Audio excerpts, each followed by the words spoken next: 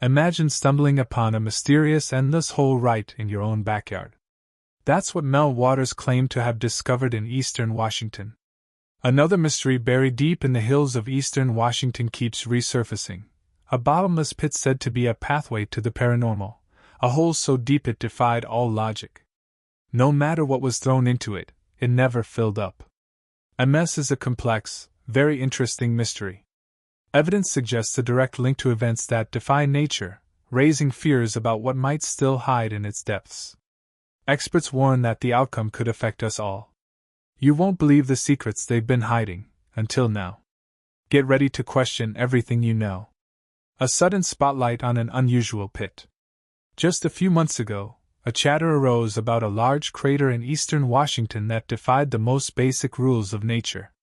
At first, nobody paid much attention. Locals claimed they had used it for years as a dumping spot for trash. Then a man named Mel Waters came forward on a late-night radio program offering a startling story of a hole so strange that its existence felt almost impossible. The hole has always been there. We've been out there for a couple of years now and, the hole has been there since we've been there.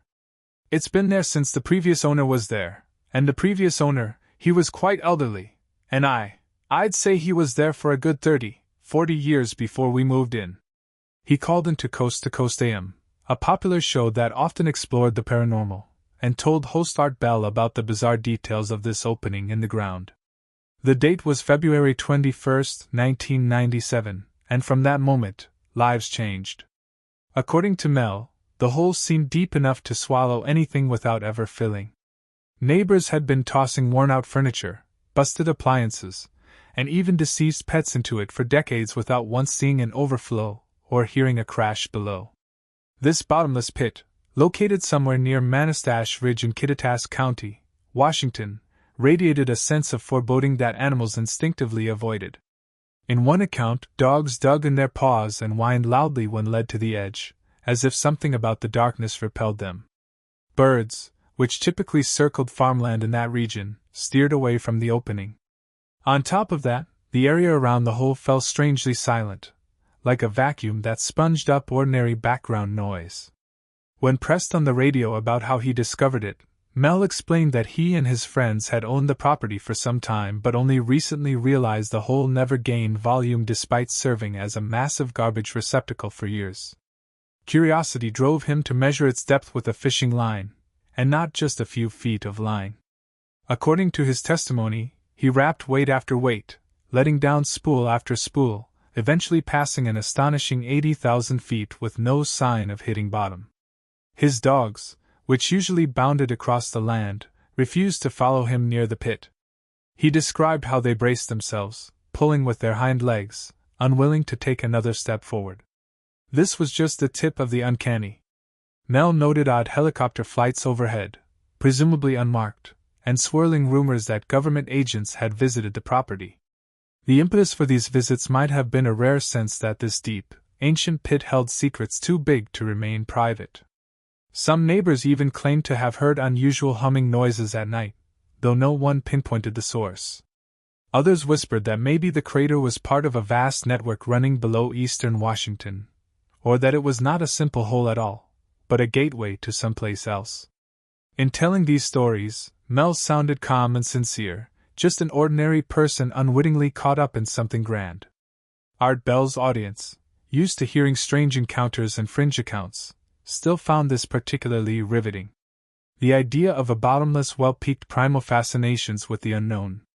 Soon, the conversation turned to whether the government might have seized the land, how it all connected to other rumored phenomena, and what might happen if an endless shaft existed right under our feet. Even skeptics got pulled into the excitement. Could someone fabricate such a claim with so much unwavering detail? Yet no photographic evidence surfaced. No official documentation or news coverage confirmed a bottomless pit. The entire story rested on Mel's account and the second-hand tales from local neighbors, black beams, dog resurrections, and eerie silences. Before long, radio listeners began calling in, adding layers to Mel's startling narrative. One neighbor said he tossed a deceased dog into the hole only to spot an identical-looking animal roaming the area a few days later. The resurrected pet story might have been an exaggeration. Some said it could be a stray dog with similar markings, but it caught the public's imagination. If true, it hinted at forces that reversed death or bridged parallel realities. A few townspeople mentioned glimpses of a strange black beam emanating from the crater on occasion, something that, rather than shining light, absorbed it, creating a column of perfect darkness pointed skyward. Yet none of these accounts came with solid proof, only recollections and rumors. Mel himself claimed that soon after he spoke publicly, visitors arrived at his land with official-looking vehicles.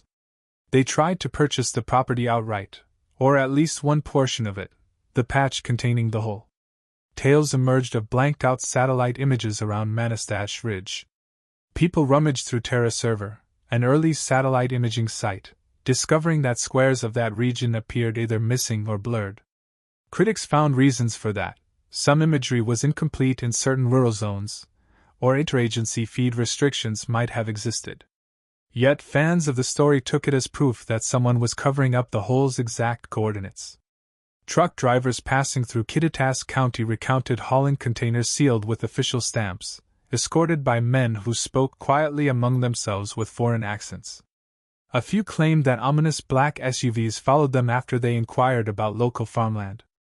Every tale, piece by piece, heightened the sense of dark conspiracy swirling around this ever-hungry pit. Mel's willingness to stand by his story, refusing payoffs from alleged officials, gave it extra weight. He claimed his residence was soon roped off, and warning signs appeared that restricted access. These warnings occasionally vanished without explanation, leaving him rattled. The leap from Washington to Borneo and beyond, amid all the furor, a seemingly unrelated photograph from Borneo began circulating online. According to certain posts, explorers discovered a bottomless sinkhole containing an alien craft that glowed faintly, as if partially active. They claimed that just as the team began documenting the site, the ship triggered earthquakes that forced them to evacuate. Authorities swiftly cordoned off the vicinity as a geological hazard. While no credible source ever authenticated the photo, it found a surprising resonance among fans of Mel's Hole. Perhaps the planet hid multiple deep recesses that defied normal understanding. Some argued that if a hidden craft turned up in Borneo, maybe Washington also concealed artifacts beyond human comprehension. Skeptics rolled their eyes, noting the total lack of verifying evidence. Even so, the link between deeply mysterious sinkholes set imaginations on fire. If Borneo had an alien spaceship, Washington might hold something equally strange, a portal, a government lab, or a stargate for unknown entities. Online forums crackled with speculation that these phenomena were related. People swapped theories about global networks of subterranean passages, referencing everything from ancient folklore to secret alien bunkers. The more outlandish the claim, the more traction it seemed to gain. Mel contributed indirectly to this global conversation by repeating that his property went missing on satellite images, that unmarked helicopters patrolled the area, and that men in suits had threatened him. The Borneo image, legitimate or not, fit neatly into a broader narrative. Powerful forces always swooped in to secure cryptic locations, sealing them away from public knowledge. On radio, Art Bell asked whether the two holes, Mel's in Washington and the rumored site in Borneo, shared some cosmic significance. Mel said he had no idea, but the parallels were interesting.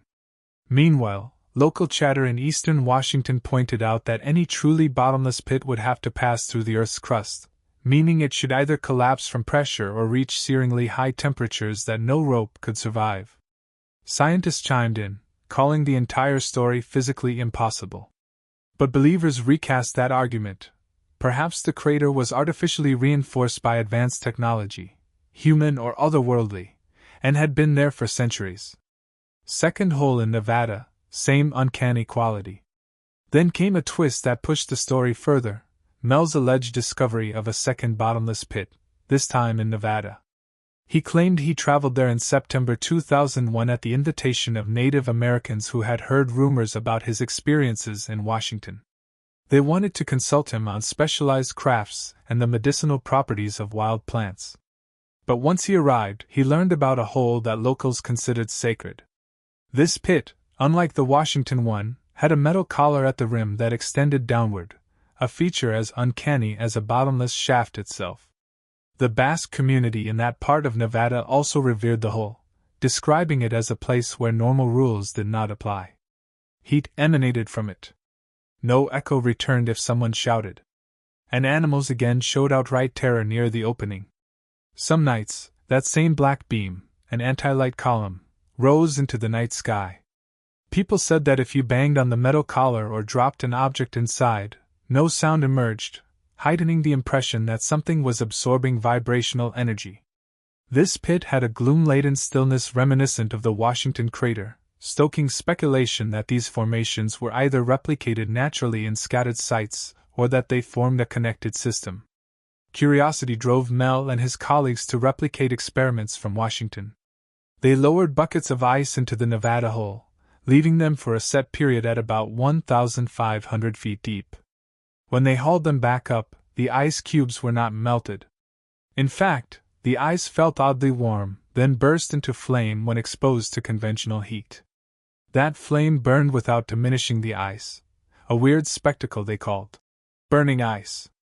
In some retellings, people used that fiery block to heat entire cabins, only to discover side effects that defied logic. Art Bell's listeners were hooked. Either this was all a sophisticated work of fiction, or Mel had stumbled upon something far beyond standard science. The lack of photos, plus the near impossibility of repeating the results in a controlled environment, led many to dismiss it. But the enthralling nature of the story carried it forward. Each new detail hinted at a cosmic puzzle where the ground underfoot was no longer stable or predictable. That Nevada hole, like the one in Washington, displayed a purposeful intelligence. It gave off heat, refused to echo, and produced improbable phenomena. The infamous sheep experiment, and a chilling creature. Out of all the claims that emerged, the sheep experiment remained among the most disturbing. Mel, enthralled by the Nevada pit's anomalies, had considered lowering himself within. His Basque friends warned him it was too dangerous. Instead, they proposed a test using a sheep. As soon as the animal approached, it bucked and moaned in terror. They sedated it, placed it in a sturdy crate, and attached the crate to a cable, lowering it into the depths. They heard the sheep reawaken partway down, shrieking as if sensing imminent doom. Then abruptly, it went silent.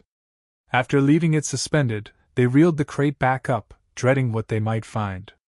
Inside lay the sheep's carcass, partly disfigured as though it had been cooked from the inside out by an energy that melted organs.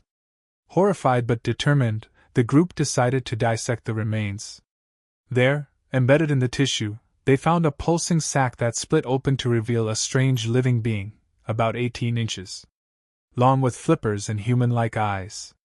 It gazed at them, radiating a bizarre calm. One of the older villagers demanded they kill it, but Mel interceded, trembling with a sense of awe. The creature, connected to the sack by something like an umbilical cord, blinked a few times, then moved on its own toward the hole and slipped inside the blackness below. Not long afterward, Mel discovered his terminal cancer, which doctors had pegged to give him only months to live, had vanished. Follow-up tests showed no malignancy. He credited that unknown being or the pit itself. Meanwhile, the Basques quietly explained they believed the hole possessed both destructive and healing powers, that it was older than any local memory, and that people from their community had learned to approach it with reverence. As outsiders, they said Mel and his colleagues were witnessing a secret that had shaped their folklore for generations. When he relayed this on the radio, critics rolled their eyes. The notion of a living entity spontaneously manifesting in a sheep's body seemed too outlandish to consider. But for those enthralled by the endless pit story, it fit the pattern: an impossibly deep cavern, a black beam that swallowed light, and a living being that cures mortal disease. Some insisted it was a hoax played on a gullible man. Others argued the details were too consistent, too heartfelt, to be outright fabrication. The entire fiasco left watchers uncertain, both horrified and fascinated. Burning ice as a destructive force and sudden evacuations. Burning ice was no mere curiosity. Another local man in Nevada, finding it incredibly useful for heat, placed a chunk in his cabin stove, marveling at how it burned endlessly. But strange effects soon surfaced. The interior air became unnaturally dry. Steam from his kettle hung in place, never really dissipating. Worse, the entire cabin's structure deteriorated, beams turning brittle. One day, he found the stove had sunk a foot into the ground, though the floor remained intact. Undeterred, he reconnected the stovepipe. But a couple of weeks later, the entire cabin collapsed to dust. By that point, the stove had sunk another 5 feet, leaving behind a glossy pit, almost like glass had replaced the soil. Frightened, the man called Mel for help. Mel reached out to an Australian contact who he said had previously expressed interest in the phenomenon. A well-equipped team arrived with large machinery. They tried to lift the stove but found it bizarrely resistant. Eventually, by chaining it to trucks and blasting water, they succeeded in freeing it. No explanation was offered, and the team took the stove, hauling it away in the dead of night. For Mel, that was proof that some powerful group recognized the significance of the burning ice. Given parallels to Kurt Vonnegut's fictional Ice 9 in Cat's Cradle, which threatened global devastation through unstoppable freezing, the possibilities were dire. Helicopters began frequent flights over the area.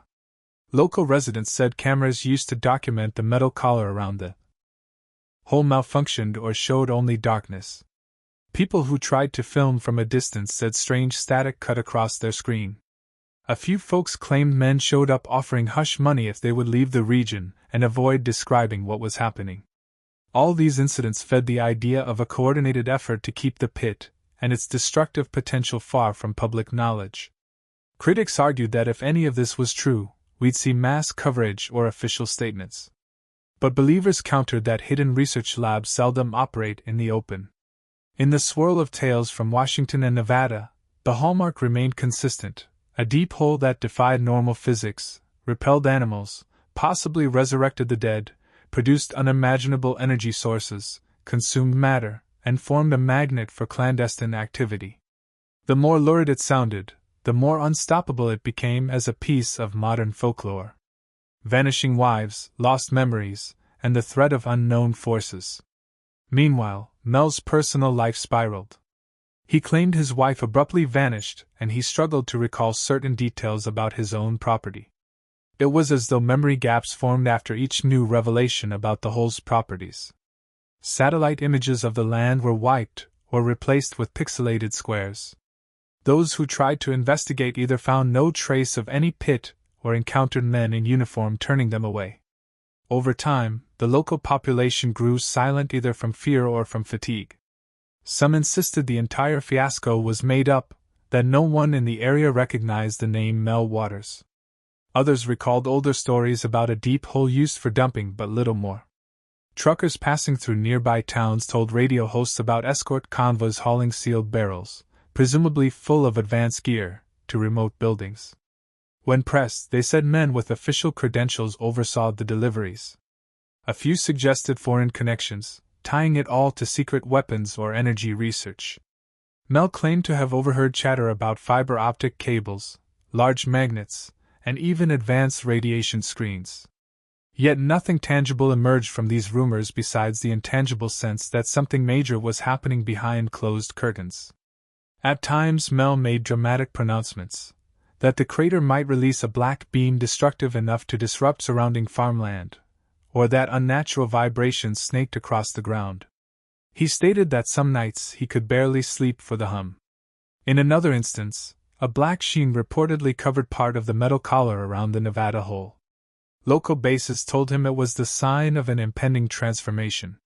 They believed that once a certain threshold was reached, the pit might open fully and cause unpredictable consequences.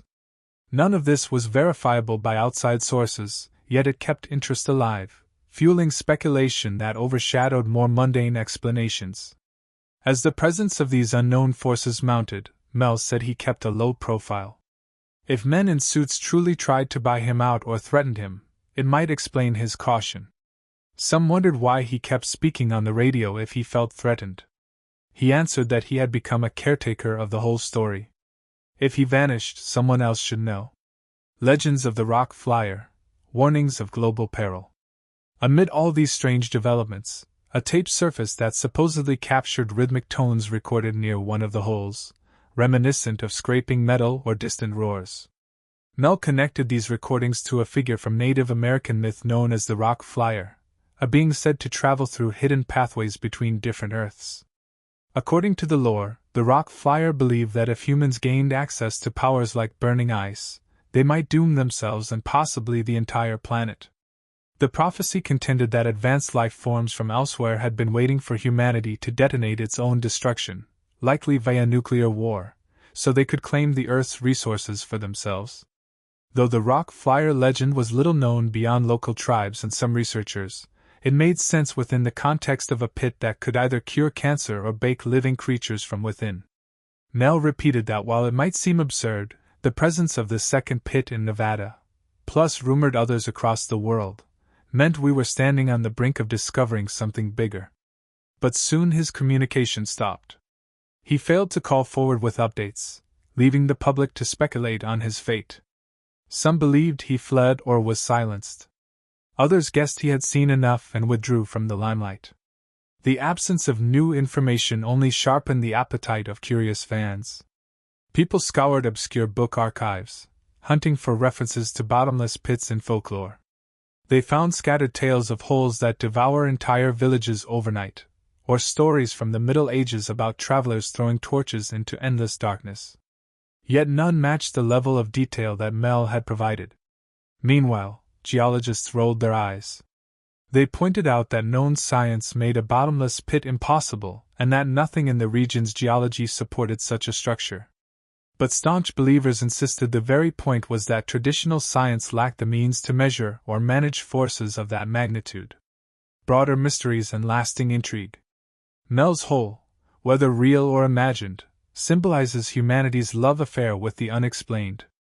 In the final section of the lengthy text that has circulated about this saga, a range of other strange occurrences and scientific puzzles were cited, almost as if to place Mel's hole alongside the great conundrums of our time.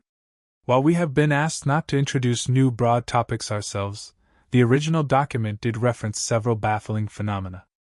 Therefore, we will rewrite them here to retain the completeness of the account while weaving them into this broader context of unsolved riddles. One mentioned conundrum is dark matter, a concept introduced in the early 20th century but still not fully understood. Scientists know it exists due to its gravitational effects, but direct observation is elusive. It neither absorbs nor emits light, making it invisible to telescopes. Dark matter is believed to make up a large portion of the universe's total mass. Experiments at places like CERN have provided some breakthroughs, especially after the discovery of the Higgs boson in 2012, yet the fundamental nature of dark matter remains a deep-seated puzzle.